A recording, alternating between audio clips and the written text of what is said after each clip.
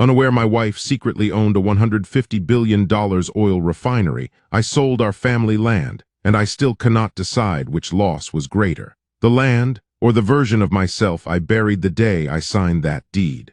I reflect on those years now from a leather chair that costs more than I earned in 6 months back then. And I want to be honest with you, the way a man is only honest when the war is already over.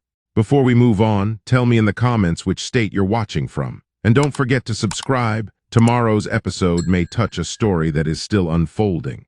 We lived in a 2-bedroom rental on the edge of Beaumont, Texas. The walls were thin. The heating was inconsistent. Every month carried the specific anxiety of a man who checks his bank balance the way other men check for oncoming traffic, quietly, carefully, braced for impact. My name is Demarion Calloway, and for 11 years I believed I was carrying my family alone. Zuri was my wife. She woke before me every morning, made coffee in a dented percolator, wore the same rotation of modest dresses, and moved through our life with a stillness that I mistook for contentment. She did not complain. She did not demand. She also did not contribute, not financially, not visibly, not in any way I could measure against the mounting weight of our debts. I told myself she was doing her part in other ways. I told myself a good husband does not keep score. I told myself many things in those years. That is what a man does when pride is the only currency he has left in abundance. The debts were not reckless. There was no gambling, no addiction, no catastrophic decision. There was simply the slow arithmetic of a working-class black family in East Texas. Medical bills compounding against a mechanic's salary, a small business loan that never returned what it promised, school fees, car repairs, groceries rising while income stayed flat. The mathematics of survival that never quite balances. I worked double shifts at the Calloway Auto and Diesel shop on Highway 90. My father's shop, built on my grandfather's reputation. I kept that name on the sign long after the business stopped being profitable, because some things you carry not because they are light, but because they belong to you.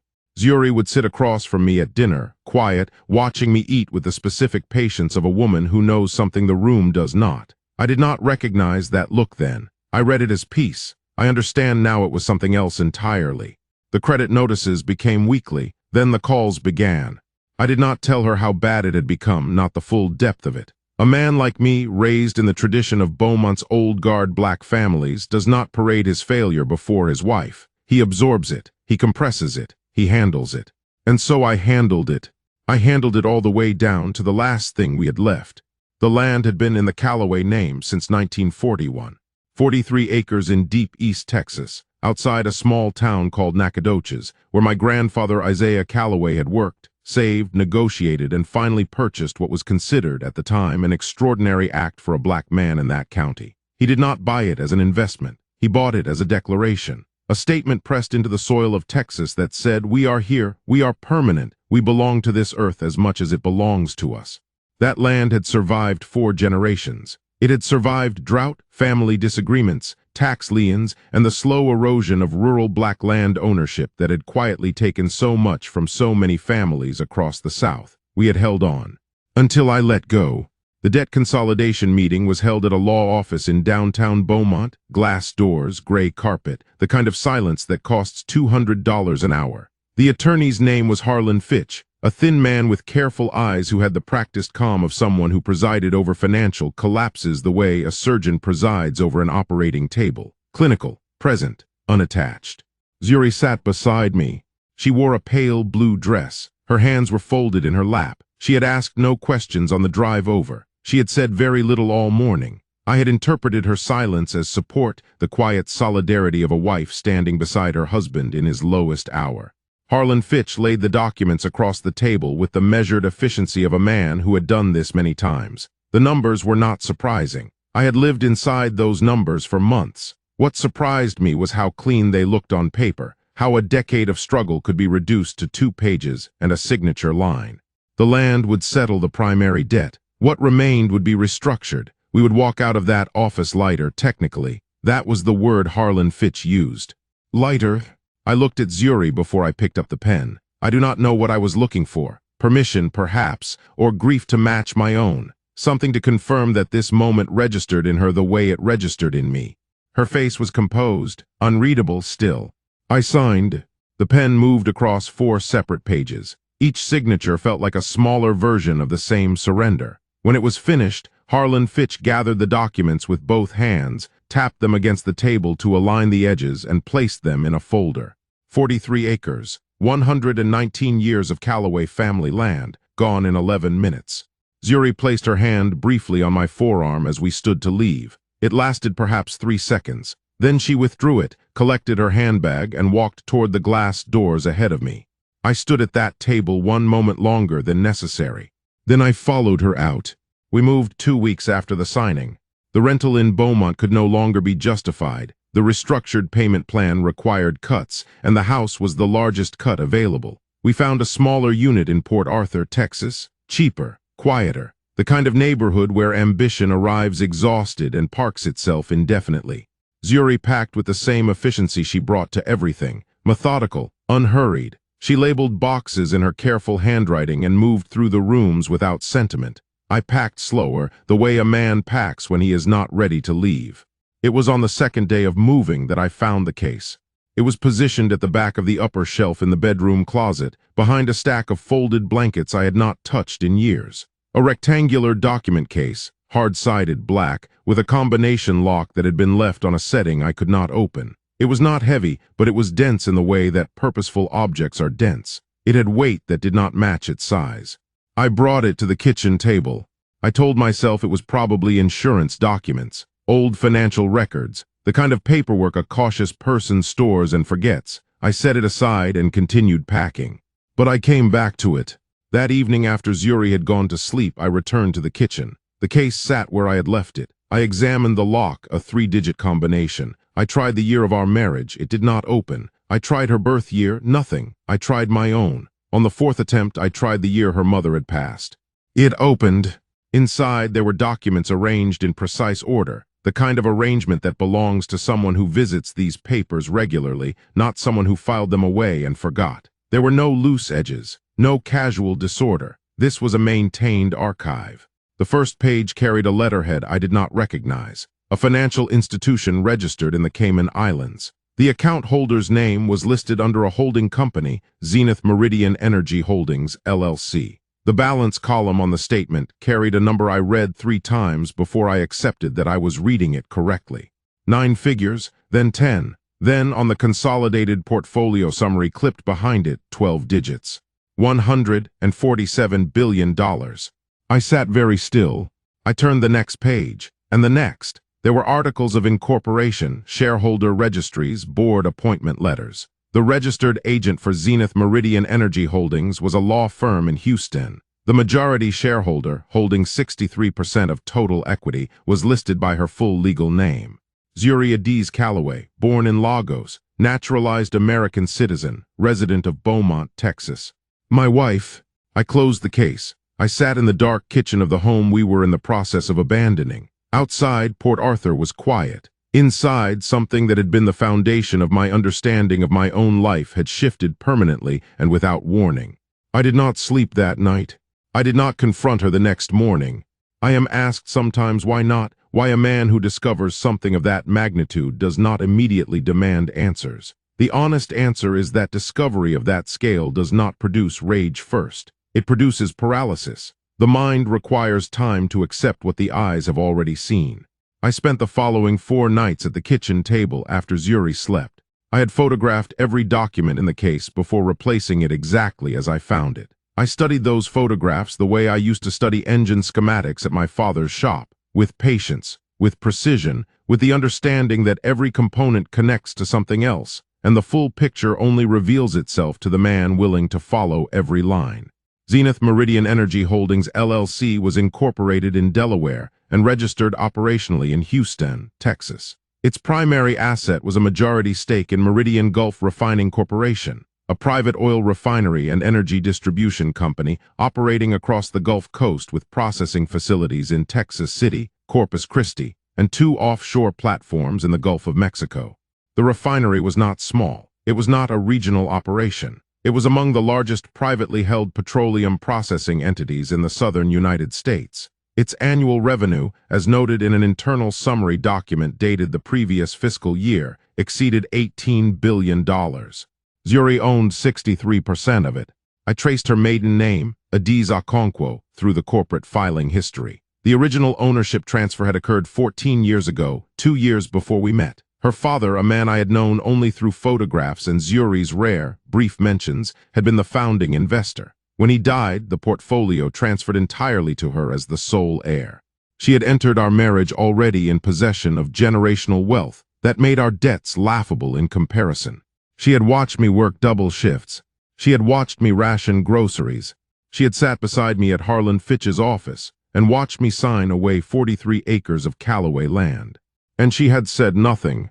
I sat with that truth for a long time before I allowed myself to feel it fully. When I did, it arrived not as rage but as something quieter and more durable. A cold, structural understanding that the woman sleeping in the next room had, for 11 years, performed a version of shared poverty, so convincing that I had built my entire identity of sacrifice around it. I was not a struggling husband doing his best. I was a man who had been observed, studied, evaluated, measured against a standard I did not know existed by a woman who held the measuring instrument behind her back the entire time. I closed the photographs on my phone. I made a decision about how the conversation would happen.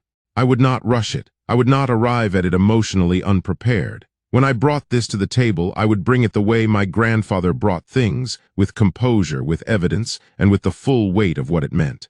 The morning before the confrontation, I watched her.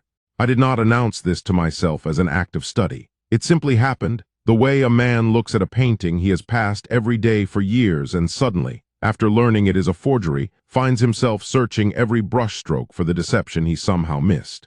Zuri woke at 6:45 in the morning. She moved to the kitchen with the unhurried certainty of a woman who has never once been anxious about what the day would cost. I understood now, with the cruelty of hindsight, that this was not the peace of contentment. This was the ease of a woman who had never genuinely been threatened by financial collapse, regardless of how convincingly she inhabited its atmosphere. She wore a cotton house dress, the kind sold in folded plastic packages at discount retail stores. Her slippers were worn at the heel. She used the same brand of discount coffee she had always purchased, measuring it with the same careful half-scoop that suggested a woman conserving resources. Every gesture was the gesture of a modest woman, and every gesture was, I now understood, a performance of extraordinary discipline. I watched her rinse her cup. I watched her wipe the counter in slow, even strokes. I watched her move to the window and look out at the Port Arthur morning with an expression I had always read as quiet gratitude, a woman thankful for what little she had. What I saw now was something different. A woman standing at the window of a home that was, in the full context of her actual life, a costume, a set piece, a carefully maintained fiction. She turned and found me watching her from the hallway. She did not startle. She held my gaze with the same measured stillness she brought to everything. And in that stillness, I saw something I had not seen before or perhaps had seen and declined to name. An awareness, a readiness, the specific composure of a person who has been anticipating a moment and has decided long in advance how they will meet it. She poured a second cup of coffee and set it on the table across from her seat. An invitation or a preparation. I walked to the table. I sat down. I wrapped both hands around the cup she had poured and looked at her across the small distance between us, a distance that had, in the span of 4 nights, become one of the largest I had ever felt between two people sharing the same room. We drank our coffee in silence. She did not ask me what was wrong. She did not fill the quiet with reassurance or conversation. She simply sat, present, composed, and waiting. I had carried the documents in a folder. It rested on the kitchen counter behind me. I finished my coffee. I stood. I retrieved the folder, and I placed it on the table between us. She looked at the folder before she looked at me. That detail stayed with me afterward, the way her eyes moved to the documents first, with a recognition that confirmed what I already suspected. She knew what was inside before she opened it. The folder was not a revelation to her. It was a signal, an arrival she had calculated the probability of many times before this morning. She did not reach for it immediately. I sat back down. I kept my hands flat on the table. I had decided during those 4 nights of careful preparation that I would not raise my voice. I had decided that I would give her the space to speak first, because the manner of her response would tell me as much as the content of it. A man who has been ambushed speaks differently than a man who has been waiting. I needed to know which one she had been. She opened the folder. She looked at the first page, the Cayman Islands Bank statement, the one with the 12-digit balance, and then she closed it. Not quickly, not with alarm. She closed it the way a person closes a book they have already read. The silence lasted a long time. Outside, a truck moved slowly down the street. A dog barked twice and stopped. The refrigerator in the corner of the kitchen made its low, mechanical hum. The ordinary sounds of an ordinary morning, completely indifferent to what was happening at this table. I spoke first. How long? It was not a question. It arrived as a statement requiring confirmation, because I already knew the answer, and what I was asking her to do was to look at me and say it aloud, in this kitchen, in this house, in the full presence of what we had lived together. Zuri set her hands on the table. She looked at me directly, not with defiance, not with apology, but with the clear, steady gaze of a woman who had rehearsed this moment and arrived at a version of it she could inhabit without flinching. "Since before we married," she said, 3 words carrying 11 years of weight. I nodded once. The confirmation did not change the mathematics of what I already knew, but hearing it from her, in her voice at this table, made it permanent in a way that documents alone could not. "The land," I said. She held my gaze. "The land is gone, Zuri. The Callaway land. My grandfather's 43 acres. Signed away to settle debts that were, in the full context of your financial position, the equivalent of pocket change." She did not look away. She did not flinch. But something moved across her expression, not guilt, not grief, but something more complicated. A reckoning. The specific weight of a person confronting the full consequence of a decision they believed, until this moment they had calculated correctly. "I want to explain," she said. "I know you do," I replied. I reached across the table and opened the folder to the shareholder registry page. Her name, 63%, Meridian Gulf Refining Corporation. "Then explain," I said, "all of it." She explained it the way she did everything, without rushing, without excess. She told me about her father, Emeka Okonkwo, who had built the refinery portfolio across 2 decades of calculated risk in the Texas Gulf energy market. A man who had survived boardrooms in Houston and Lagos, and who believed above everything else that wealth without character was the most dangerous inheritance a parent could pass to a child.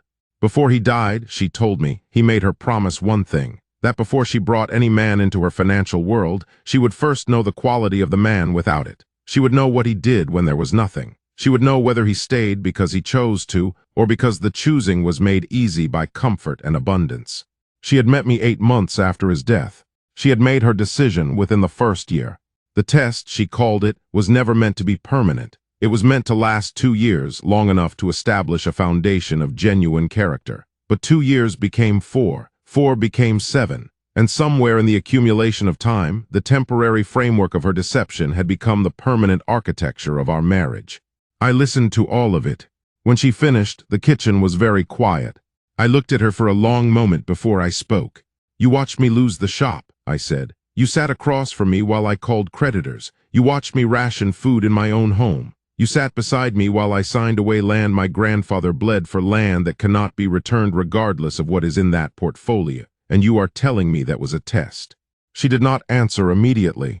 "I am telling you why," she said finally, "not asking you to accept it."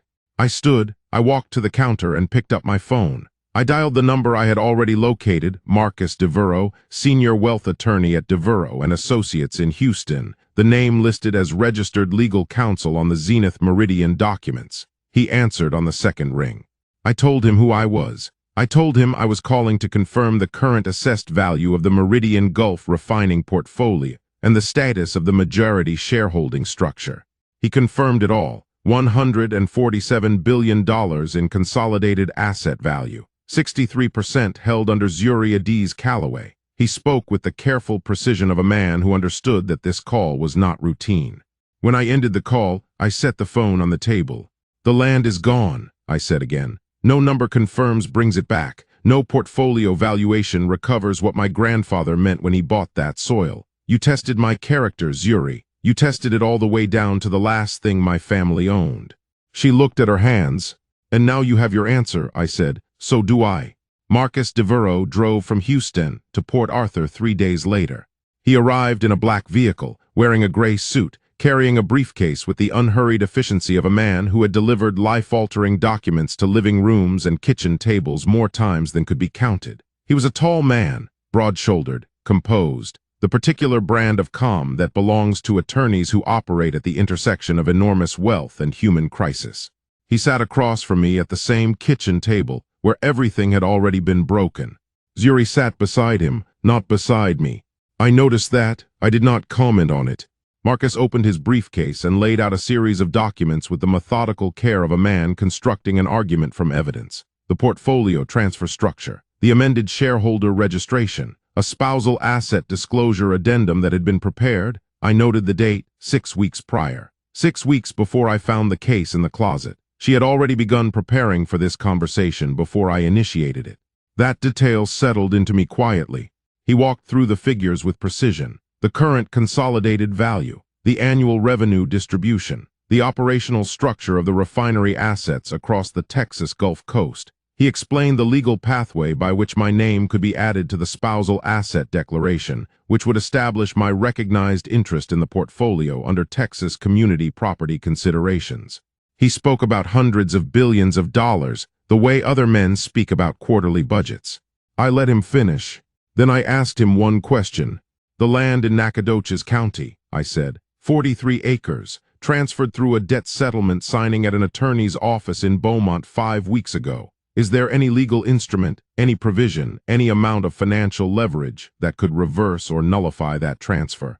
Marcus DeVuro looked at me with the honest eyes of a man who respected the question enough not to soften the answer. No, he said, the transfer was executed under a valid debt settlement agreement. The receiving party has full legal title. The transaction is permanent and non-refundable under Texas property law. I nodded.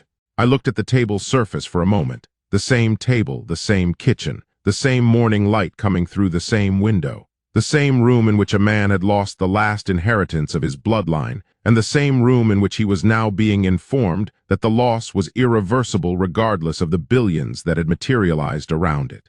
Wealth does not travel backward through time. It does not recover what was spent before it arrived. A man can gain $100 billion in a single morning and still be unable to purchase back a single acre of land his grandfather claimed with his own labor in 1941.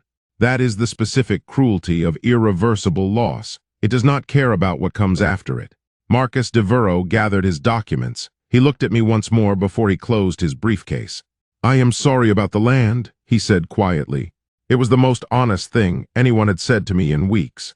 I did not leave.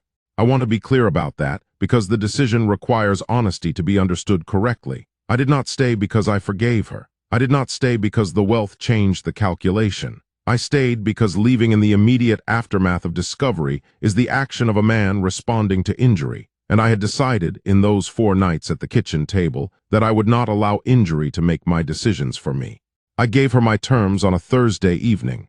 We sat in the front room of the Port Arthur rental, surrounded by partially unpacked boxes, in a home we were still occupying only because the transition paperwork had not yet completed. The setting was appropriately unresolved. Everything in that period was. I spoke without notes. I had carried the words long enough that they had become precise without rehearsal.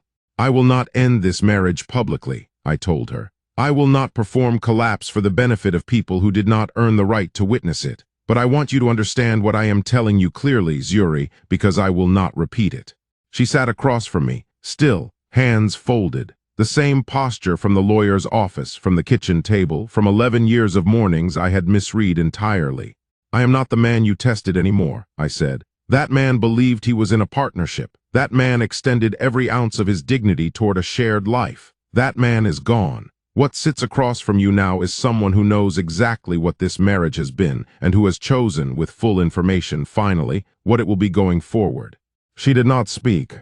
I will accept the portfolio transfer. I will work alongside Marcus DeVuro to manage the asset structure. I will appear beside you in whatever capacity the business requires. But I am withdrawing, Zuri, completely and permanently, not from the address, not from the name, from everything that was real between us. The room held the words. She looked at me for a long time, and then, for the first time in all of it, in the discovery, the confrontation, the confirmation, the attorney's visit, I saw something move through her expression that was not composure, something that did not belong to the performed stillness of a woman in control of her narrative. It looked like the beginning of grief.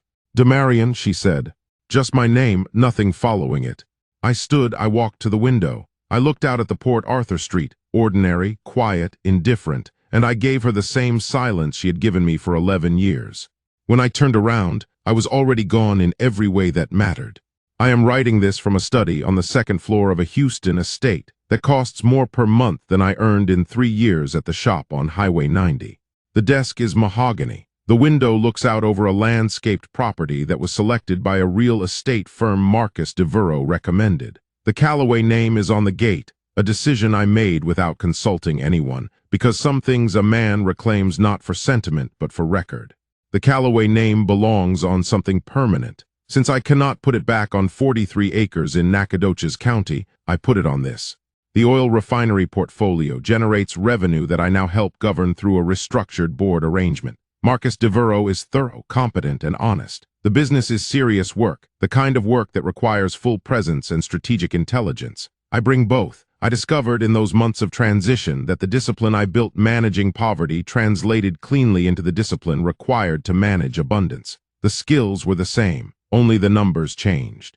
Zuri moves through this house the way she has always moved through every space, with quiet efficiency, with composed grace, with the particular stillness of a woman who has always known what the room does not. She runs the operational side of the business with an authority that, I will acknowledge honestly, is formidable. She is exceptional at what she does. Her father built something extraordinary, and she has sustained and grown it with intelligence that commands genuine respect. I respect her completely. I am also permanently, quietly absent from her.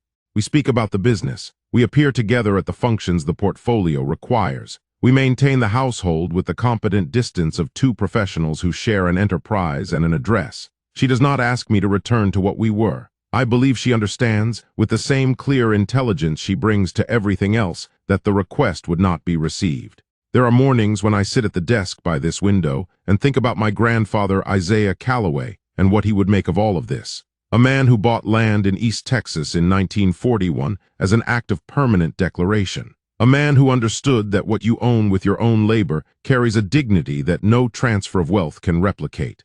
He would understand the loss. He would not be consoled by the replacement. Neither am I. The land is gone. That grief is clean and final, and I carry it without shame, because it is the grief of a man who did what he believed was necessary to protect his family, with the information he had been permitted to have. I do not describe what Zuri did as unforgivable. I describe it as permanent. There is a distinction. Forgiveness is something I extended privately in my own time because I refuse to carry bitterness inside a chest that has already held enough weight. But permanence is simply the nature of certain damage. Some walls, once removed, do not go back up. Some distances, once established, become the new architecture of a life. I am wealthy, I am present, I am composed. I am also, in every way that a man can be while still occupying the same rooms as another person, already gone. And somewhere in Nacogdoches County, on 43 acres that no longer carry my family's name, the East Texas soil holds what no portfolio ever will. The proof that we were here, that we endured, that we were real. If you enjoyed this story, like this video, and leave a comment telling me what you thought. And if you're not already subscribed to the channel, please subscribe and hit the notification bell to get alerts for new stories like this one. Thanks for watching.